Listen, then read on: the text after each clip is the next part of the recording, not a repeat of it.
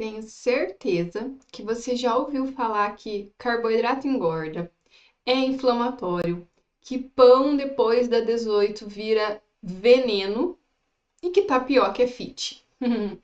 Bom, mas será que tudo isso é verdade? Será que tudo isso tem a ver realmente com a bioquímica dos carboidratos? Então é o que a gente vai descobrir na nossa aula de hoje. Hoje a gente vai entender estruturalmente o que são os carboidratos e por que que muitas das vezes eles viram aí os vilões da dieta, né? O que as pessoas dizem. Será que isso realmente é verdade? Então, vamos começar hoje a nossa aula de carboidratos. Então, hoje eu vou trazer para vocês falar um pouquinho sobre a composição química e a estrutura e as funções dos carboidratos. Então, eu sou a professora Adriana, sou professora de bioquímica e hoje eu vou estar trazendo aí um resumão para vocês sobre o que são os carboidratos. Então, vale a pena aí assistir a aula toda se você quiser entender um pouquinho melhor dos carboidratos, porque a estrutura deles é importante, principalmente quando a gente for nas nossas próximas aulas, que são as aulas de metabolismo, né? Então é importante a gente entender a estrutura dos carboidratos. Bora lá, então. Bom, então para começar, vou contextualizar um pouquinho para vocês. Os carboidratos são os principais constituintes químicos da maioria das células de plantas e tecidos.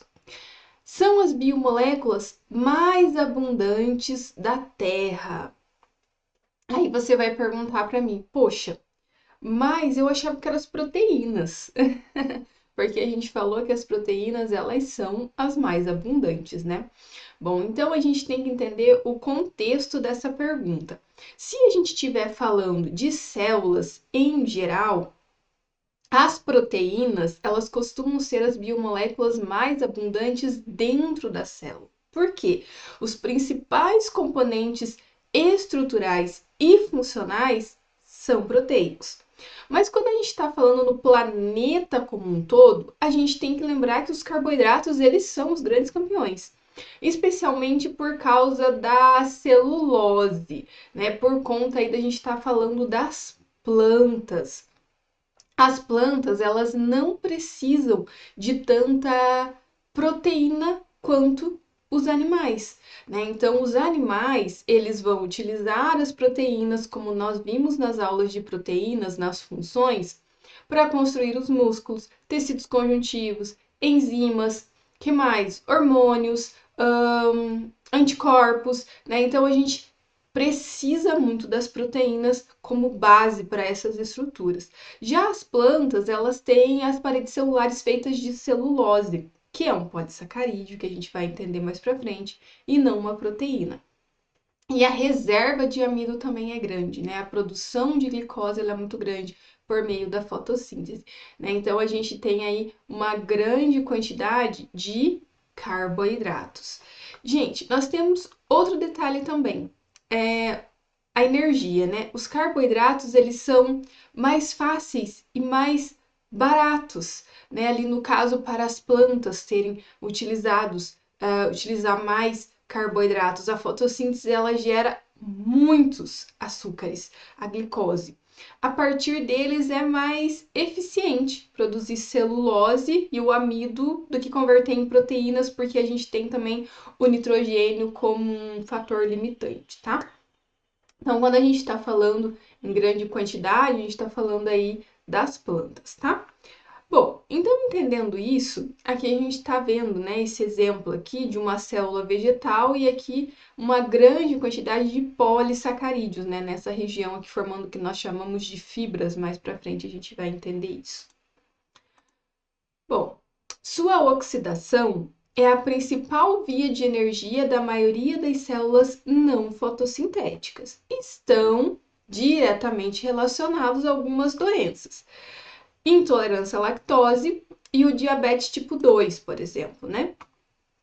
Usados como agente protetor, né? Então a gente tem lá ação antitumoral, imunomoduladora, anti-úlcera, anticoagulante, anti-inflamatório. Então, são aí atividades biológicas atribuídas aos carboidratos, principalmente quando a gente está falando de fibras, tá? Que são aí os polissacarídeos.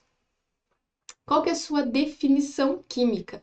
São moléculas orgânicas formadas principalmente por átomos de carbono, oxigênio e hidrogênio e desempenham diversas funções. Então, quais são essas funções? A primeira delas é a fonte energética, né? Então, os açúcares, como a glicose, vão ser o combustível preferido das células, ou seja, quando a glicose ela entra na célula, vai ocorrer a quebra, né? Por meio lá da glicólise, e ali mais para frente nas reações onde a gente vai utilizar o oxigênio lá na cadeia transportadora, né? A gente tem o ciclo de Krebs e depois a cadeia transportadora de elétrons, a gente fecha o que nós chamamos de respiração celular e no final a gente tem um saldo energético que vai nos render em ATP. A gente vai entender isso mais para frente, que vai ser aí as nossas aulas de metabolismo. Então, a nossa fonte de energia, ela vem por meio da oxidação da glicose. Quando a gente fala em reserva energética, que é o nosso segundo ponto, a gente está falando que quando a glicose sobra, ela vira glicogênio nos animais e ela vira amido nas plantas. Então eles ficam ali guardadinhos para quando a gente está num momento de jejum, né, ou muito tempo ali sem comer, então a gente vai utilizar aí as nossas reservas para a gente produzir energia. Intermediários metabólicos, né? Então aqui a gente está falando durante ali, por exemplo, quebra ou síntese dos carboidratos, vai surgir vários compostos que são matérias-primas para outras vias, por exemplo, síntese de aminoácidos, síntese de ácidos graxos, reconhecimento celular. Os glicídios que estão ali na superfície das células, a gente chama, né, de glicocálice, é um tipo de identidade celular. Ele é extremamente importante para reconhecimento entre as células, por exemplo, nos processos lá de compatibilidade sanguínea. Quando a gente está falando em elemento estrutural, então a celulose ela é um elemento estrutural nas células vegetais, né, na parede.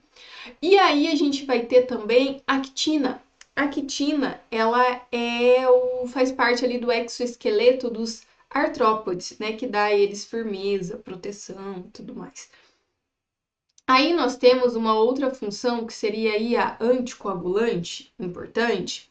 A gente tem a heparina como exemplo, é um polissacarídeo sulfatado que vai impedir a coagulação do sangue, gente. Muito importante, processos cirúrgicos, por exemplo, clinicamente, né? Associação com proteínas e lipídios. Quando a gente está falando dessa associação, a gente está montando glicoproteínas e glicolipídios, que são componentes da membrana plasmática. Funções de reconhecimento celular, sinalização, adesão, fazem parte do DNA barra RNA, esqueci de colocar, né? Então a gente tem as pentoses, desoxirribose e ribose, DNA e RNA, e eles são extremamente fundamentais para o esqueleto ali, para a formação dos nucleotídeos. Então são bem importantes, a gente também vai ter uma aula sobre nucleotídeos e eu vou mostrar lá para vocês. Então, eles são classificados de acordo, os carboidratos, de acordo com o número de moléculas em sua constituição. Então, a gente vai ter os monossacarídeos, que são os carboidratos mais simples. Eles são formados por uma única unidade de sacarídeo, que é açúcar. Uma única unidade de açúcar. E eles não sofrem hidrólise. Então, a gente vai ter glicose, frutose, galactose. Os oligosacarídeos é quando eu tenho mais de uma unidade. Aqui eu tenho uma unidade única, então aqui eu tenho um monossacarídeo. Quando eu tenho duas ou mais ligadas, eu vou ter o que nós chamamos de disacarídeo, trissacarídeos, né? Então isso entra dentro dos oligosacarídeos. Quando eu tenho uma cadeia bem longa, centenas, milhares, a gente tem aí o que nós chamamos de polissacarídeos, né? Os polissacarídeos, eles vão ser maiores, mais complexos, né? Então a gente vai ter amido, glicogênio, celulose, né? Entre outros. Então vamos entender agora quais são os monossacarídeos. Os monossacarídeos, eles vão ser os mais simples, formados por uma única unidade, mono de uma, não sofrem hidrólise. Então aqui a gente tem duas estruturas, dois exemplos, são duas estruturas abertas, que estão sendo mostradas aqui para vocês, e a gente precisa observar os grupos funcionais, porque a gente vai classificar ele pelo grupo funcional. Então, aqui a gente vai ter um aldeído e aqui a gente tem uma cetona. Outra coisa importante também é essa contagem do número de carbonos, né? Então, aqui a gente tem 1, 2, 3, 4, 5, 6, né? Então, aqui a gente vai ter uma hexose. Nesse caso aqui, a gente tem a deglicose, né? Então, a glicose é uma aldohexose. Aldo vem de aldeído. A gente chama de aldoses e cetoses. Agora, quando a gente tem a frutose, que é esse caso aqui, a gente vai ter um ceto de cetona, é uma cetose, né? Então, nesse caso aqui, a gente vai ter uma frutose, cetoexose. Então, a gente vai atribuir a eles são polihidroxialdeído, polihidroxicetona, tá?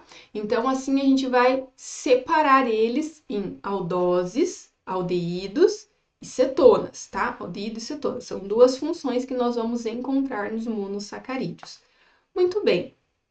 E o número de carbonos, geralmente, ele varia de 3 a 7, mas a gente tem mais, né? Então, a gente vai ter os mais simples aí, são as trioses, depois com 4 as tetroses, com 5 as pentoses, com 6 as hexoses e com 7 as heptoses, tá? Então, aqui, exemplo de dois aldeídos, né? Duas aldoses. 1, 2, 3, 4, 5, uma pentose. 1, 2, 3, 4, 5, 6. Outra hexose. Muito bem. A fórmula geral. A fórmula geral a gente vai representar por CnH2n, ou CnH2nO ou CH2ON. O que significa isso? Significa que esse N representa o número de carbonos daquela estrutura. Então, a gente vai substituir esse N pelo número de carbonos. Aqui, a fórmula molecular de um monossacarídeo com N igual a 6. Então, ele tem 6 carbonos. O que a gente vai fazer aqui? Então, a gente vai multiplicar pelo número que está aqui, que é 1. Então, a gente vai ter 6 vezes 1, 6. 6 vezes 2, 12. 6 vezes 1, 6. Isso dá a fórmula C6H12O6, tá? Muito bem. O que seria, então, essa configuração D, né, e L? A gente já viu um pouquinho ela lá nas proteínas, quando a gente estava falando dos aminoácidos. O que vai acontecer aqui? Aqui a gente tem, por convenção, o gliceraldeído, né? Então, a gente está vendo ele em duas representações. A primeira representação aqui, a gente está vendo os modelos em esfera e de bastão, aqui, né? De bastão, esfera. A gente vai ter as fórmulas das projeções de Fischer, onde a gente tem a representação para frente do plano e para trás do plano. Então, o que nós vamos observar nesse caso aqui? Nós vamos observar o carbono quiral. O que é o carbono quiral ou carbono assimétrico? É aquele carbono que tem 4 ligantes diferentes, como nós já vimos. Isso permite que o monossacarídeo tenha isomeria óptica, né? Então, o que vai acontecer nesse processo? A série D e a série L, a gente não pode confundir com poder rotatório, ele vai ser uma referência ao gliceraldeído, que é o menor monossacarídeo com carbono quiral. O que a gente vai observar? A gente vai olhar para a penúltima hidroxila. Nesse caso, a única hidroxila que vai estar ligada ao carbono quiral do nosso gliceraldeído. Então, a gente vai olhar para essa hidroxila e vai observar a posição dela. Se ela estiver ao lado direito, nós vamos ter um D. Se ela estiver do lado esquerdo, nós vamos ter um L. Então, olha só. Então, aqui a gente tem a hidroxila do nosso carbono quiral, do nosso último carbono quiral. Nesse caso, ela está do lado direito. Então, nós temos um D isômero. Quando a gente está do lado esquerdo, nós vamos ter um L isômero. Então, olha só. Aqui embaixo é a mesma representação, então a gente consegue observar onde está a posição dessa hidroxila. Se ela está à direita, se ela está à esquerda. E aí a gente vai ter essas características. O que acontece, gente? Na natureza, a maioria dos monossacarídeos dos seres vivos é da série D, né? Então, a gente vai ter aí os monossacarídeos sempre representados na configuração D, tá?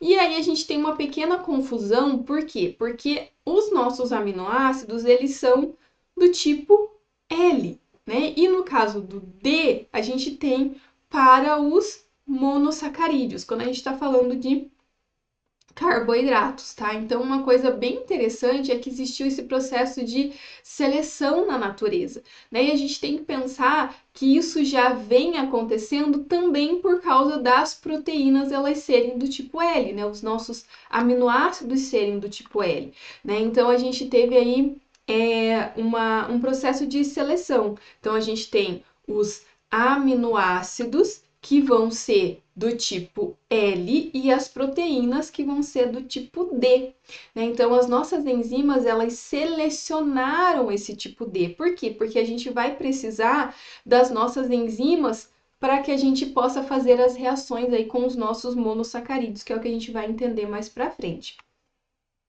Então, olha só. Aqui, gente, a gente tem as séries de monossacarídeos. Então, a gente vai ter com 3, a família com 4, a família com 5, com 6 e com 7. Então, eu vou mostrar as duas que a gente mais fala, que são as de 5 e as de 6 carbonos. Então, aqui a gente está falando do número de estereoisômeros. Se a gente olhar para essas estruturas, elas são muito iguais. Elas são iguais. O que vai alterar nelas?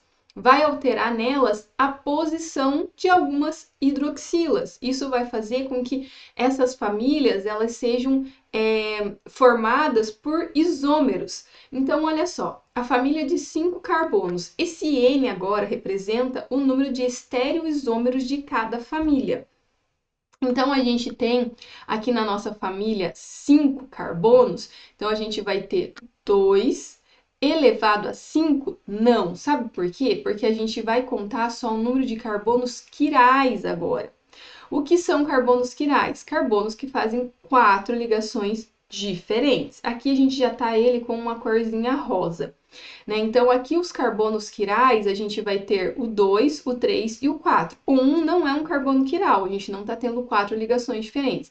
O 5 também não é, porque aqui a gente vai ter hidrogênio desse lado, hidrogênio desse lado, então também não é. Então, aqui esse 2 elevado a N é 2 elevado ao número de carbonos quirais. E aí, a gente vai fazer a seguinte conta. Então, vamos colocar lá 2 elevado a 3, nesse caso. Vai dar quanto? 2 vezes 2, 4. 4 vezes 2, 8. Então, aqui nós teremos uma família com 8 elementos. Nesse caso aqui embaixo, nós vamos ter um pouquinho diferente. A gente tem mais um carbono quiral. Então, a gente tem a família de 6 carbonos. A gente vai ter 1, 2, 3, 4. Então, aqui a gente vai ter 2 elevado a 4, certo? Que vai dar 16. E aí você pode estar se perguntando, prof, mas aqui você está mostrando 4 e aqui você está mostrando 8. Vou explicar o porquê. Aqui a gente precisa prestar atenção que nós estamos trabalhando com a série D apenas, porque são os mais abundantes. Então, olha só, o que a gente vai observar? A gente vai observar a última hidroxila ligada ao carbono quiral, ou penúltimo carbono.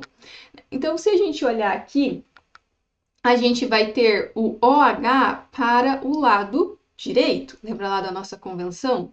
Então, os isômeros aqui nós temos, olha só, aqui a posição dessas hidroxilas, todas do lado direito, então nós temos a D-ribose. Quando a gente tem a segunda, aqui ó, esse segundo carbono, aqui a gente vai ter uma hidroxila do lado esquerdo, D-arabinose. Quando a gente tem o terceiro carbono, a hidroxila está do lado esquerdo. Então, a gente está trabalhando com a D-xilose. Quando eu tenho essas duas, a D-lixose, né? E aí a gente acaba a série D. Os outros seriam da série L, né? Então, a gente tem aí um total de 8, mas no total aqui a gente só está mostrando 4, porque a gente está falando dessa preferência da série D, né, para os monossacarídeos. A gente tem aí um processo de uma origem mais evolutiva, né, relacionado a isso, porque por um acaso químico, as primeiras enzimas elas metabolizaram açúcares e escolheram os isômeros D, né? Foi mais ou menos isso que aconteceu. Aqui a gente está falando em 6 carbonos. Então, quando a gente está falando na série de 6 carbonos, nós vamos ter 16 estereoisômeros. Só que se a gente observar aqui, a gente só tem a série D, então a gente só vai ter metade, que é 8. Então, a gente vai ter os mais comuns aí, que a gente vai falar bastante, a glucose, manose, galactose. Mas a gente tem outros, né? O que vai mudar entre eles? A posição dessas hidroxilas. Né? Então, aqui no nosso primeiro, a D-alose, tá todo mundo pro lado direito. Depois aqui, pro lado direito. Depois aqui, depois esses dois. Depois aqui, aqui, os dois aqui e os três. Né? Então, aí formando a nossa família de 6 carbonos. Muito bem. O que seriam diastereoisômeros e epímeros? Quando a gente está falando em diastereoisômeros, né, que diacho é isso? Quando a gente está falando nisso, nós estamos falando que são isômeros, são estruturas iguais, mas a gente tem a posição em mais de um grupo diferente dentro da série, diastereoisômeros. E os epímeros, eles são apenas a posição diferente de uma posiçãozinha de um grupo diferente dentro da mesma série. Vamos olhar aqui os dois exemplos. Então, aqui a gente tem D-manose, D-glucose, D-galactose. Se a gente pegar aqui a glicose como exemplo, a manose ela vai ser epímera da glicose em uma posição, ou seja, a gente vai ter o carbono C2, a hidroxila de um lado ou do outro. No caso da manose, a hidroxila ela vai estar nesse ladinho aqui, ó, lado esquerdo. No caso da glicose, a gente vai ter ela do lado direito. Então, são epímeros. Então, a gente teve apenas uma diferença na posição. O resto da molécula é igual. Agora, a D-galactose, ela também é epímera da glicose, só que em outra posição. Então, se a gente pegar aqui, ó, essa parte é igual da estrutura, essa parte de baixo também é igual.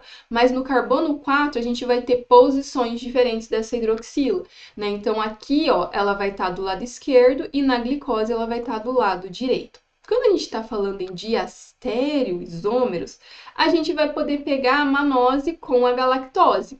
Por quê? A gente vai ter a posição em C2 diferente e a posição em C4 diferente. O resto da estrutura ela é igual, né? Então, nesse caso aqui, a gente está falando em diastereoisômeros e epímeros. Eles estão dentro da mesma família, tá? Aqui, gente, nós vamos ter um processo de ciclização. O que é isso, né? Tava bom demais para ser verdade aquelas estruturas abertas. Gente, os monossacarídeos, eles existem na forma aberta, mas é a forma minoritária. Na forma cíclica, é a forma majoritária como nós encontramos na natureza. A maioria dos monossacarídeos, aí 4, 5, 6 carbonos, eles vão estar na forma de cadeia, não na forma aberta. O que acontece? Ocorre uma reação dentro da molécula, né? Então, a gente vai ter essa explicação aqui, né? Então, a reação intramolecular do OH, né? Então, dessa região do grupo da hidroxila, com a carbonila do aldeído ou da cetona. Então, o que vai acontecer? Quando a gente tem uma aldose, a aldose ela é formada lá no carbono 1, né? Então, a gente vai ter um aldeído no carbono 1. Esse carbono 1 ele vira alvo, né? Ele vai ser atacado. Quando a gente está falando de uma cetose, a cetona ela está no carbono 2. Então, o que vai acontecer? Carbono 2 vira alvo, né? Então, nesse processo, a gente vai ter a formação de um anel. Quando a gente está falando em aldeído, a gente diz ali, esse processo, ele forma um M-acetal. Já tá o A aqui pra gente lembrar, ó, de aldeído. M-acetal, das nossas aldoses.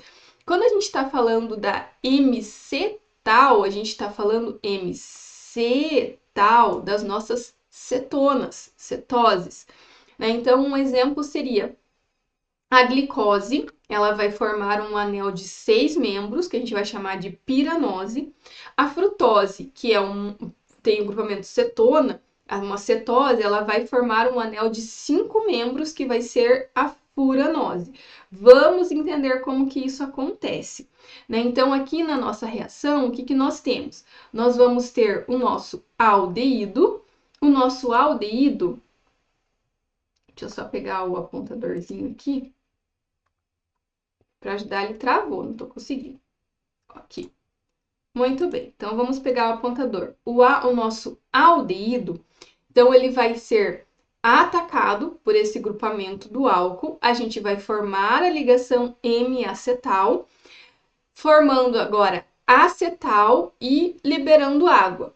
No processo embaixo, a mesma coisa, né? Então a gente vai ter lá cetona, álcool, M-cetal, formando cetal e liberando água. Vamos entender agora como que fica essa estrutura. Então, a gente vai ter o ataque dessa ligação, né? O carbono 1 aqui virou alvo porque nós temos um aldeído. Então, a gente vai formar o que nós chamamos de um M-acetal. Muito bem, fechou a cadeia, nós temos duas posições para isso. Isso é importante a gente observar. Aqui a gente formou alfa-D-glicopiranose, beta-D-glicopiranose. O que significa isso? A posição da nossa hidroxila. Quando ela está abaixo aqui, ó, a gente vai ter um alfa. Quando ela está acima, a gente vai ter ligação do tipo beta. Para a gente lembrar, veja a forma como você desenha alfa e beta. Alfa vem de baixo, de cima para baixo, fica abaixo do plano.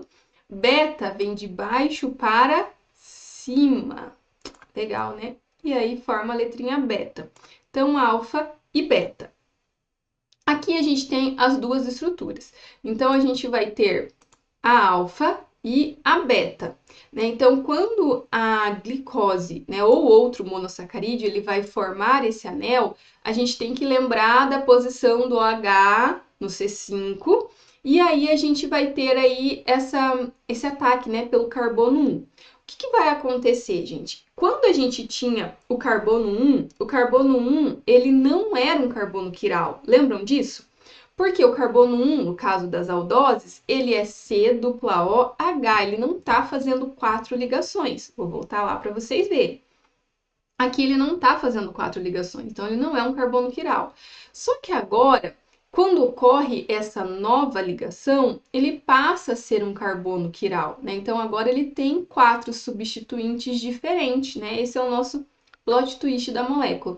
Então o que vai acontecer? Essa posição dessa hidroxila, agora em um carbono quiral, a gente vai chamar de anômero alfa, anômero beta, tá? Então, observando aqui, a gente vai ter hidroxila abaixo do plano, anômero alfa, abaixo do plano, anômero alfa. A gente diz que ela está axial, né, numa posição axial. Isso daqui a gente está trabalhando com o alfa. Quando a gente fala no beta, a gente altera esse processo. Então, agora a gente está falando num anômero equatorial, está acima do plano do anel, tá? Então, a gente está trabalhando com a configuração beta.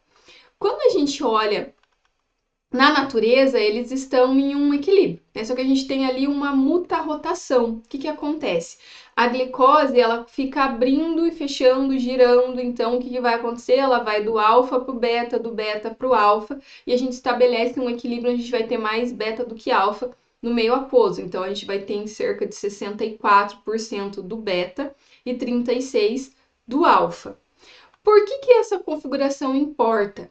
Porque quando a gente tem as cadeias que a gente vai começar a formar, a gente vai ter posições diferentes dessa hidroxila. Isso vai fazer com que a estrutura tridimensional seja diferente. E aí a gente vai ter as configurações alfa e beta, por exemplo, o amido, ele vai fazer ligações do tipo alfa 1,4. O que vai acontecer? O nosso corpo ele vai conseguir digerir esse amido porque nós temos uma enzima chamada alfa-amilase.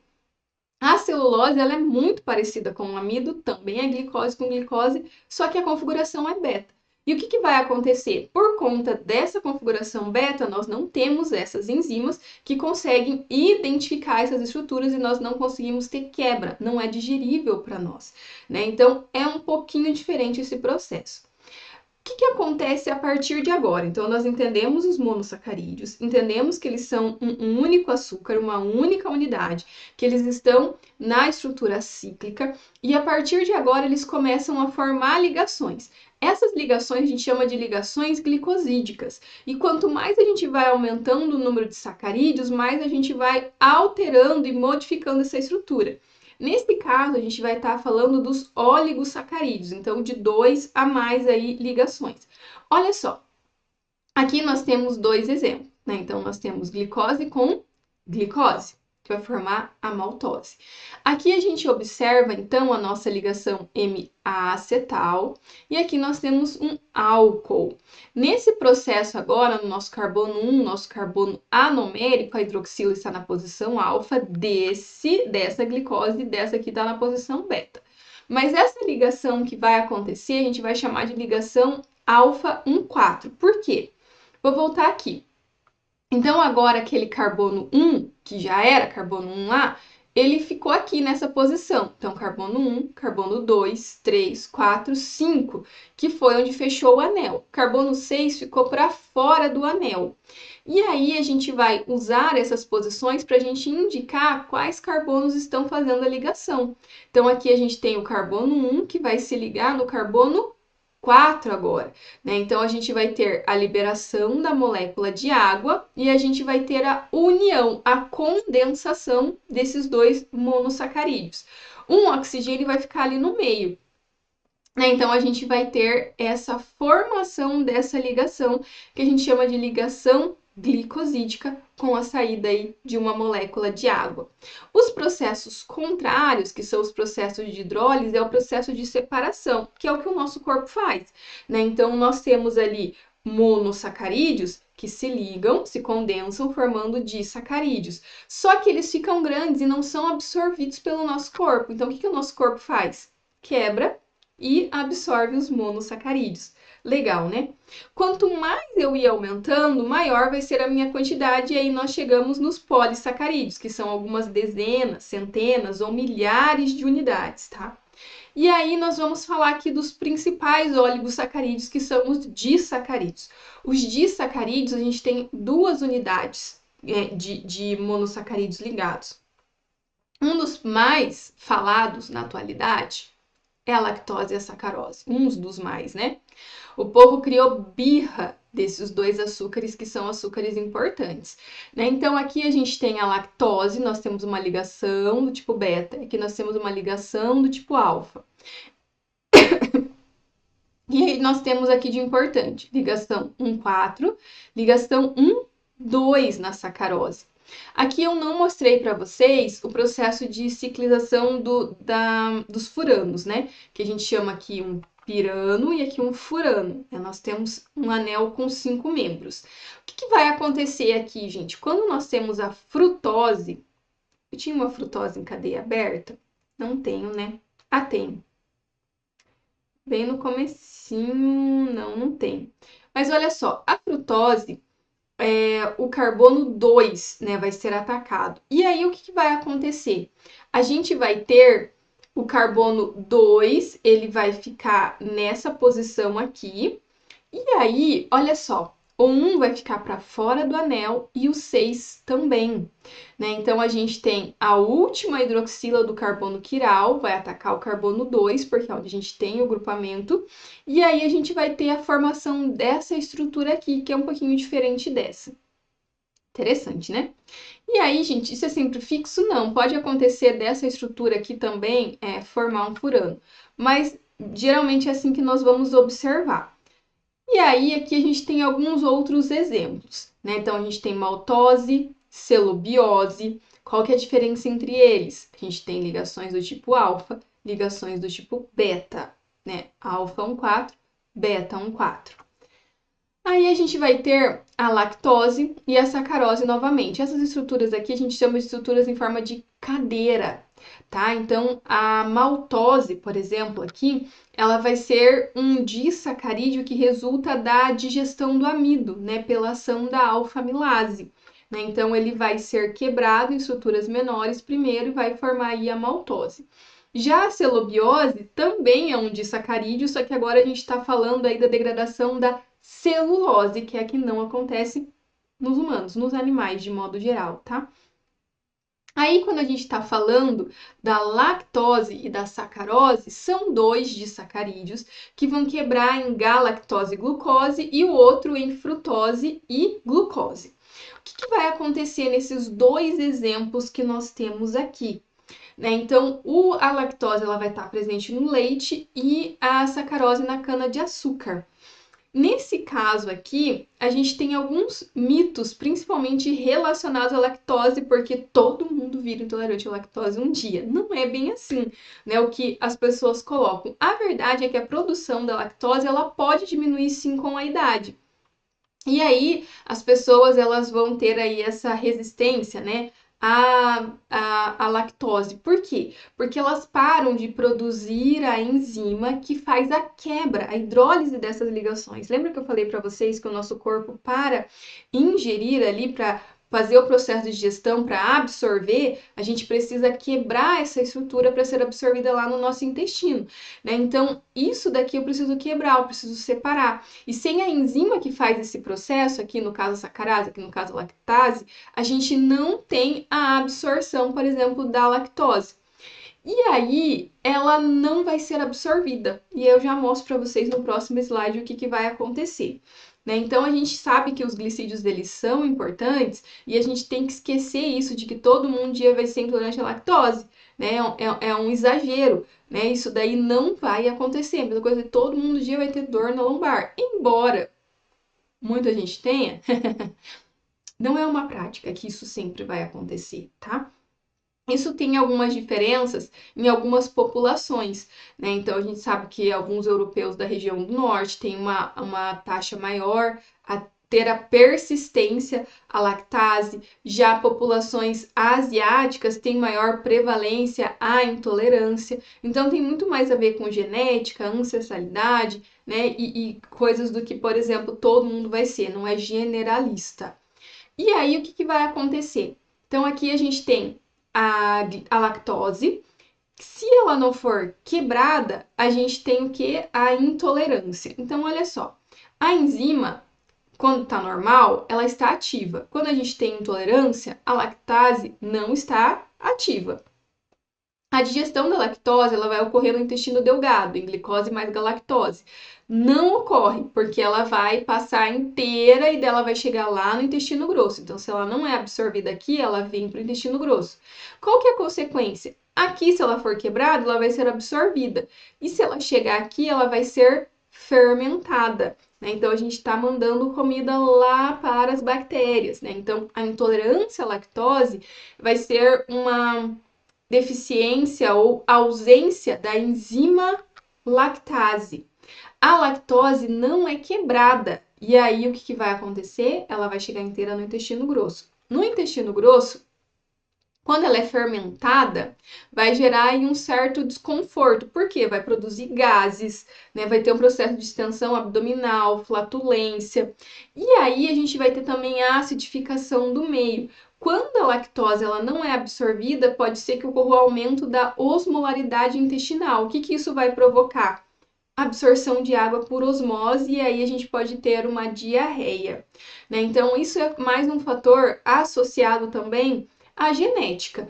Pode acontecer? Pode, né? O povo fala, nós somos os únicos mamíferos que continuam tomando leite depois que a gente desmama. Nós somos os únicos mamíferos que assistem videoaulas. Nós somos os únicos mamíferos.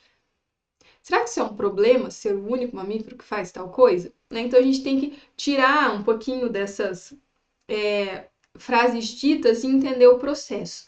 O que acontece aqui? É a expressão de um gene que vai estar desregulado, que não vai mais acontecer. E aí as pessoas acabam perdendo esse processo de produzir a lactase. Mas a gente sabe que os seres humanos já têm esse processo de persistência, ou seja, de continuar produzindo a lactase depois do desmame. Então, nós somos aí mais persistentes, né? Nós somos um pouquinho mais persistentes. E o leite, ele é um alimento muito rico, gente. Ele é muito importante para nós. Nós vamos ter não só açúcares, nós vamos ter também proteínas importantes, né? A partir do leite a gente faz o whey protein, por exemplo, né? Então a gente tem um alimento muito importante, um alimento muito rico, que não tem necessidade da gente deixar de consumir se nós não formos intolerantes à lactose. E a gente sabe que a ciência já evoluiu um pouquinho em relação a isso, né? Então a gente consome, por exemplo, a enzima separadamente. Então é possível alimentos que não tem mais a lactose, né? Que já foram adicionados à enzima, ela já vem quebrados, alimentos alguns fermentados, porque as bactérias também já fizeram esse processo para nós. Então é possível sim eu continuar me alimentando de maneira segura, mesmo sendo aí intolerante à lactose, tá? Então vamos aumentar essa cadeia. Quando a gente aumenta essa cadeia, continua colocando monossacarídeos, a gente passa a ter aí os polissacarídeos, né? Então são cadeias muito longas. Os principais exemplos são de reserva, estrutural, as fibras são bastante importantes, então são um pouquinho mais complexos, né? Tem até as definições de carboidratos complexos, eles são um pouquinho maior. Por que os polissacarídeos não têm sabor doce como os monos e os disacarídeos? Essa é uma pergunta bem interessante, né? Por quê? Porque quando a gente vê os monossacarídeos, a gente já vê o tamanho. A estrutura dela é pequenininha, eles são solúveis, se difundem facilmente na saliva e eles conseguem alcançar os nossos receptores, né? Então, os nossos receptores para a sensação do doce. E aí a gente tem esse encaixe, né? Então a glicose, a frutose, né, são bem mais doces porque eles são menorzinhos. A sacarose é doce, a maltose, né? Então a gente tem aí, na verdade, eles são até mais doces, né, do que os monossacarídeos isolados, porque eles conseguem ter esse encaixe aí nos nossos receptores. Agora, os polissacarídeos, eles vão ser grandes, né? Então o amido, o glicogênio, então eles têm aí umas quantidades muito grandes. E aí a gente não consegue ter esse encaixe nos nossos receptores, a gente não entende isso como doçura, né? Então a sensação de doçura está na capacidade a sensação de doçura está ligada à capacidade das moléculas se ligarem aos receptores gustativos específicos na nossa língua. Os receptores de doçura, principalmente, são T1R2 e T1R3. Muito bem. A classificação dos polissacarídeos, nós vamos classificar eles em homopolissacarídeos e heteropolissacarídeos. Os homopolissacarídeos, eles vão ser tudo repetido, tudo mesmo monossacarídeo, né? Então, glicose, glicose, glicose, glicose, tudo mesmo. No caso dos heteropolissacarídeos, a gente vai ter mais de um, né? Então, a gente vai ter diferentes monossacarídeos ligados ali. Aí nós vamos ter alguns exemplos. Por exemplo, quando a gente está falando de homopolissacarídeos, o amido, glicogênio, celulose, quitina. Já quando a gente está falando dos heteros polissacarídeos, ácido hialurônico, né, que é o ácido hialurônico mais N-acetilglucosamina. A gente vai ter, por exemplo, a heparina, né, que eu falei para vocês que era um anticoagulante e assim por diante. Aqui como exemplo, né, a quitina. A quitina, gente, ela vai ser formada por unidades repetitivas do mesmo monossacarídeo, N-acetilglucosamina, né? Então a gente tem sempre o mesmo ali. O amido, gente, o que é o amido? O amido ele é formado por amilose e amilopectina, né? Então, o amido, a gente vai ter essas ramificações. Então, quando a gente está falando do amilose, a gente tem só uma estrutura linear, né? Então, a gente tem uma cadeia linear que é só formada por glicose ligados a alfa-1,4, né? Então, a gente tem aí uma estrutura que ela vai formar uma forma helicoidal no meio aquoso, que é o que vai dar a coloração mais escura lá, azul escuro, mais para um cinza escuro do iodo, né? Quando a gente faz aquele teste de encontrar amido nos alimentos. A digestão ela é mais lenta, né, nesse processo, E a gente vai ter também a amilopectina. A amilopectina, gente, ela é ramificada, né? Então, vocês conseguem observar que é a glicose, glicose, glicose, só que a gente vai ter uma ramificação ligada a um 6, né? Então, essas ramificações, elas estão presentes aí na amilopectina. Mais ou menos a cada 25 resíduos, nós vamos ter essas ramificações. Então, ela é uma cadeia ramificada. Ela também é um pouquinho mais acessível aos processos de digestão, que é o que vai acontecer mais rápido. E aí a gente tem aqui do lado o glicogênio. O glicogênio, ele é muito mais ramificado, né? Então a gente vai ter ramificações a cada 8 e 12 resíduos. Ele é altamente ramificado. Ele é super acessível às enzimas, ele é super ótimo para liberar, mais rápido para liberar a glicose. Ele é o nosso carboidrato de reserva, principalmente no fígado e nos músculos. Bom, gente, então olha só. Outro exemplo aqui. A gente tem a pectina, né? A pectina é o galacturônico, alfa-D-galacturônico, né? Que vai ter aí as suas cadeias repetitivas. Ela compõe aí o que nós chamamos de fibras solúveis, presentes em frutas cítricas, maracujá, goiaba, entre outros, tá? Heteropolissacarídeos. Então, a gente vai ter essas unidades que não vão se repetir, elas vão ser diferentes. Se repetem, né? Mas elas são diferentes, né? Então, a gente tem mais de um monossacarídeo. Então, aqui a gente tem muitos exemplos, né? Então, a gente vai ter exemplos do homo e de heteropolissacarídeos. Por exemplo, o peptídeo glicano, que está lá na parede estrutural de bactérias, é um heteropolissacarídeo, essas unidades repetitivas, e assim por diante, né? Então, aqui nós temos alguns exemplos. Em laboratório, como que a gente analisa, né? Como que a gente faz esse processo de obtenção? A gente pode obter por métodos físico-químicos, né? A gente pode ter separação por membrana de diálise, né? Colunas, então a gente tem que trabalhar aí, ou solventes, né? Diferentes solventes, métodos físico-químicos. A identificação, a gente pode utilizar cromatografia gasosa, RMN, HPSEC. O RMN eu acho muito bom, maravilhoso. Esse aqui é do meu trabalho, do meu doutorado. No meu doutorado eu trabalhei com polissacarídeos, atividade anti-inflamatória, processos de identificação também. Então, a gente está trabalhando com a identificação por meio do RMN. O RMN é uma ferramenta poderosa para identificação, gente. A gente vai utilizar tanto o de próton, de carbono 13, né, em 3 dimensões, né? Então, isso é muito importante para a gente estar sabendo qual o tipo de monossacarídeo. Ele é tão legal que a gente consegue ver os padrões. Lembra que eu falei lá para vocês que a gente tinha galactose, frutose, glicose? Eles eram todos muito parecidos, todos isômeros, né? E aí a gente consegue diferenciar esses epímeros, né? Por exemplo, a glicose e a galactose que eu mostrei para vocês, eu consigo identificar os anômeros alfa e os anômeros beta por conta da posição do próton do carbono numérico. É interessante, gente, é muito legal, né? Então a gente consegue ter essas pequenas variações, porque ele vai ter um deslocamento de sinal. No número alfa, a gente vai estar em 4.8, 5.2 ppm, já no número beta, acima de 5.2, então a gente consegue identificar essas variações. A forma cíclica vezes a forma aberta, né? A gente consegue ver padrão de ramificação de ligações alfa 1,4, alfa 1,6, porque a gente vai mudar o ambiente daquele carbono que está ali e a gente tem deslocamentos específicos. Mas eu quero dar uma aula para vocês sobre análise orgânica mais para frente, eu vou trabalhar com isso. Os benefícios dos carboidratos na alimentação. Melhor desempenho físico, por quê? Porque vai reabastecer as nossas energias para as nossas atividades. Regulação do trânsito intestinal, quando a gente está falando de carboidratos complexos, as fibras, elas vão ajudar no bom funcionamento do intestino. Controle de peso, gente, por quê? Porque quando a gente tem, por exemplo, alimentos ricos em fibras, a gente tem uma maior saciedade e a gente vai acabar comendo menos.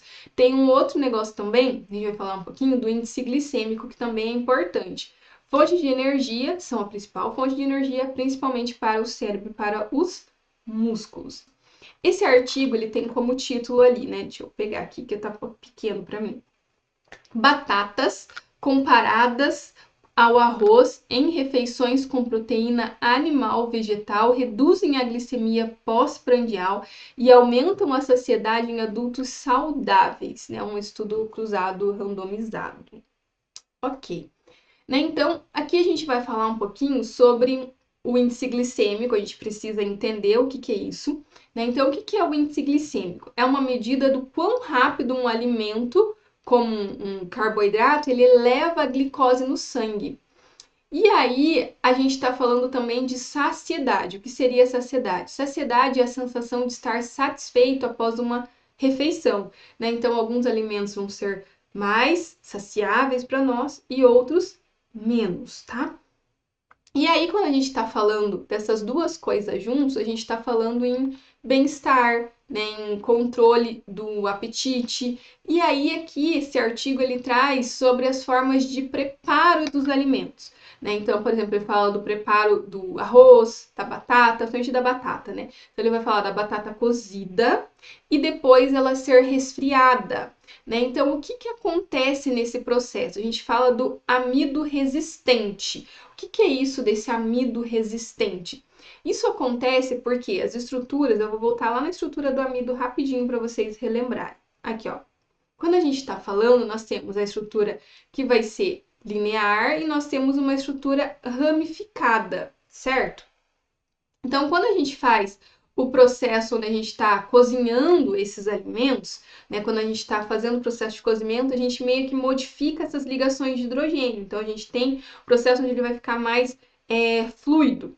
E aí, quando a gente resfria, a gente começa a mudar essa estrutura novamente. Né? Então, a gente tem lá, quando a gente tem as mais maiores ramificações, ele meio que forma aqui meio que uma cristalização. E aí, gente, nesse processo a gente forma o que nós chamamos aí de amido resistente. E aí ele vai ficar resistente às enzimas porque vai ficar mais difícil essa quebra, tá? E se ele não é quebrado, ele não é absorvido. E uma vez não absorvido, ele vai para o intestino grosso, mesmo que a ideia da lactose. E aí, gente, lá a gente vai ter um outro processo de metabolização. E aí ele vai entrar mais como uma fibra, certo? Então, ele acaba sendo importante, por quê? Porque ele não vai aumentar o índice glicêmico. Por que aumenta o índice glicêmico? Porque o alimento ele é quebrado, a gente tem glicose sendo liberada na corrente sanguínea. Se ele não é quebrado, ele não libera glicose na corrente sanguínea, ele diminui o índice glicêmico e ainda aumenta a saciedade, tá?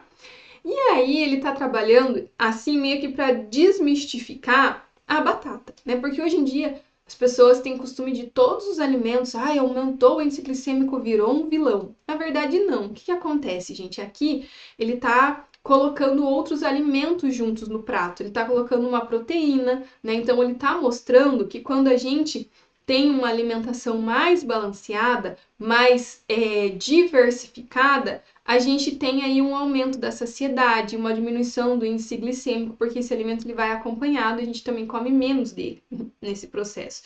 Né? O que engorda? O que é o vilão? A gente come mais do que a gente precisa. A gente selecionar um alimento só e ficar comendo aquele, não diversificar. A gente precisa ter uma alimentação equilibrada e balanceada. O arroz, tem se falado muito do arroz em relação ao amido resistente, de quando ele é cozinhado e congelado, e aqui ele está mostrando que também não é só isso. A gente tem também a batata, que pode passar por esse processo. Ah, mas é importante fazer isso? Gente, é uma variação muito pouca, é muito pequena.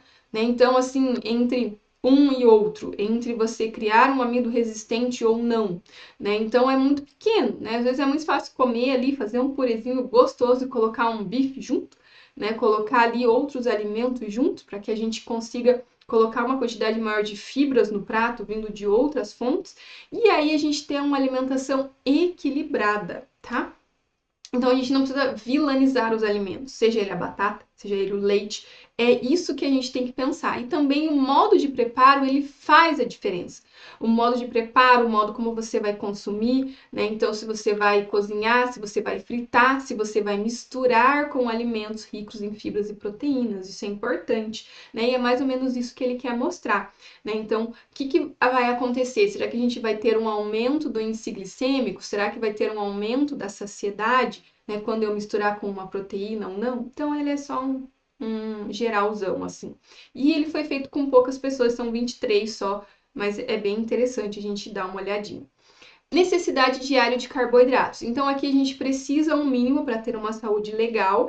É lógico que isso vai depender da dieta, se você está acompanhado por um nutricionista, né? Às vezes você está precisando diminuir a quantidade de carboidratos por algum motivo, por conta de uma diabetes tipo 2, né? Então você precisa ir no médico, você precisa ir no nutricionista. Então isso aqui são só recomendações para uma dieta balanceada, onde a gente coloca aí uma quantidade legal de carboidratos ricos em fibras no nosso prato e tudo mais, tá? Então, a gente tem de 4 a 5 gramas quilo por dia. A gente tem uma quantidade de carboidratos que deve apresentar de 45 a 65% do total de calorias consumidas por dia. Isso não é fixo, gente. Cada caso é um caso, isso é uma recomendação, você tem que procurar um nutricionista e fazer aí a alimentação que é melhor para você, aquela que você consegue seguir todos os dias, que tem alimentos balanceados, que tem proteína no teu prato, que tem vitamina no teu prato, que tem carboidrato no seu prato, tá? Muito bem. Por que precisamos de carboidratos diariamente? É a principal fonte de energia rápida, principalmente para o cérebro, e a gente tem que lembrar das hemácias também, né, gente? As hemácias, elas são anaeróbicas e elas vivem de fermentação lática, elas só fazem a primeira etapa da quebra ali, que é a glicólise. Né? A gente também evita o catabolismo proteico, sabiam? Porque se não há glicose, o corpo ele vai utilizar aminoácido para produzir glicose. Né? Então, a glicose ela não é essencial? A verdade não, porque realmente a gente consegue produzir ela a partir de outras coisas dentro do nosso corpo. Mas aí o nosso corpo vai desmontar os nossos músculos, as nossas enzimas para poder fazer energia. Isso é um desperdício caro, bioquimicamente falando.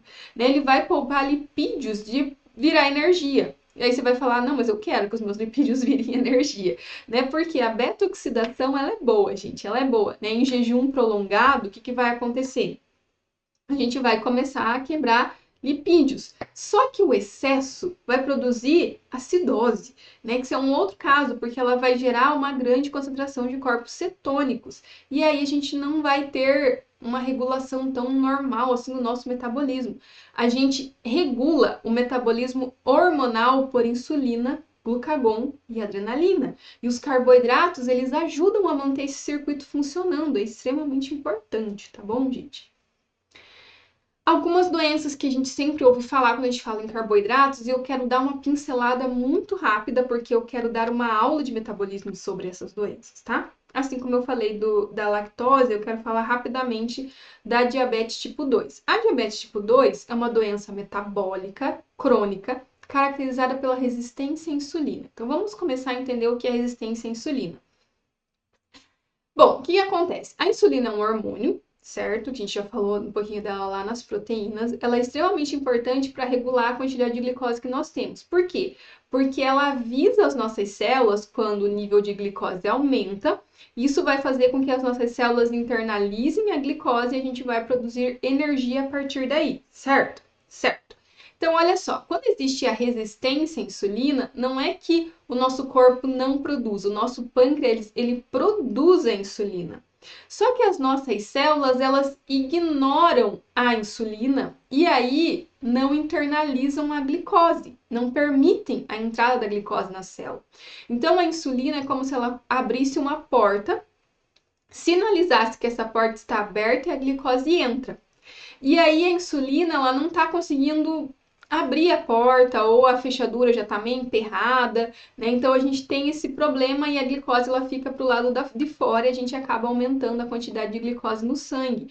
E isso leva a diabetes tipo 2, né? O corpo produz a insulina, mas a célula não responde. Isso seria a resistência à insulina, né? O pâncreas meio que ele vai ele libera insulina, daí ele vê que ainda tem glicose, aí ele libera cada vez mais insulina, ainda continua com glicose e chega uma hora que ele começa a produzir menos insulina. Também pode acontecer. E a glicose sempre vai se acumulando no sangue. E aí a gente tem algum mecanismo básico lá, né? Você come carboidratos, a glicose entra na corrente sanguínea. O pâncreas libera a insulina abre a porta das células e a glicose entra. E aí, gente, na glicose tipo 2, a porta está emperrada, então existe a resistência à insulina. O pâncreas tenta compensar, produz mais e mais insulina e eventualmente ele se desgasta e não dá conta, né? Hiperglicemia. Os fatores de risco, tá associado o quê? Comer carboidrato? A obesidade, gente, né? Então, essencialmente a obesidade abdominal, especialmente, né? Então, a gente está falando da obesidade, porque a gente tem também gordura em excesso, ela pode impedir a insulina de chegar no receptor, sabia? Né? Então, o receptor tá ali, a insulina tá ali, só que a gente tem um excesso de gordura ali no meio também. né? Então, a gente pode ter processos de resistência à insulina quando a gente está falando aí de obesidade, né? Então, a gente está falando de pessoa que já consumiu muito de tudo, muito carboidrato, muito lipídio, muita proteína, né? Então, ela está com excesso. E também a gente sabe que tem doenças que levam à obesidade, né, gente? Então, a obesidade, ela é multifatorial, né? Então, a gente tem que não só tratar como um excesso de alimentos ingerido pela pessoa, mas também ela pode ter outros fatores, né? Depressão, a gente pode ter distúrbios de hormônios, distúrbio hormonal, né? O ovário policístico, tem tantas outras coisas, né, que podem ter levar ao excesso de peso.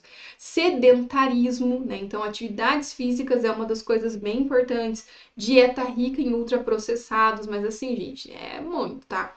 Idade avançada, histórico familiar, né? Então, a gente tem aí muitos fatores de riscos relacionados. E isso vai gerar vários problemas para a pessoa que está ali, tá bom? Para a pessoa que está tendo esse problema de, por exemplo, ela vai se machucar, vai demorar para cicatrizar cortes, né? Então a gente tem várias consequências relacionadas à diabetes tipo 2, tá? A gente vai falar um pouquinho mais disso em outras aulas. Como prevenir? Escolher carboidratos de baixo índice glicêmico, alimentos que liberam a glicose mais lentamente no sangue, a gente está falando de fibras, grãos integrais, legumes. Evitar alimentos processados, né? Reduzir a ingestão de açúcares refinados e produtos evitados. Não quer dizer que eu tenho que tirar e de falar que ele é do mal, né? Que se eu comer vou morrer. Não é isso, gente. A gente tem que comer com equilíbrio. Nosso corpo tende ao equilíbrio o tempo todo. Por que a gente desequilibra comendo horrores? Incluir fibras, alimentos ricos em fibras, ajuda a controlar os níveis de glicose. Exemplos de fontes aí boas de carboidratos, nós temos os simples, que são naturais, que são ali os monossacarídeos, né? A gente tem nas frutas ou disacarídeos, né? Oligosacarídeos, a gente vai ter banana, maçã, morango, mel. Carboidratos complexos, a gente está falando de fibras. A gente está falando dos grãos integrais, arroz integral, quinoa, legumes, vegetais folhosos. Mas, gente, o equilíbrio é a chave. Carboidratos são essenciais para a nossa saúde, mas o equilíbrio é fundamental. Como que eu vou saber se eu preciso aumentar, se eu preciso diminuir? Você vai a um nutricionista, tá? Por um médico também. Gente, aí estão as nossas referências. As próximas aulas a gente vai falar um pouquinho mais. Vou mandar aí alguns artigos para vocês.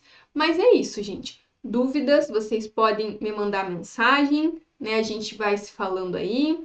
E é isso. Até a próxima aula. Vejo vocês. Ficou um pouquinho longa como as outras. Às vezes eu acho que eu vou falar pouco e eu não consigo falar pouco. Mas assim, vocês conseguem acelerar a minha fala, porque eu sei que às vezes eu falo um pouquinho mais devagar. Então, vocês aceleram sempre as aulas, já começa a ver que tem uma hora, já começa acelerando as próximas aulas. Tá bom, gente? Então, um grande abraço, até a próxima aula. Tchau, tchau!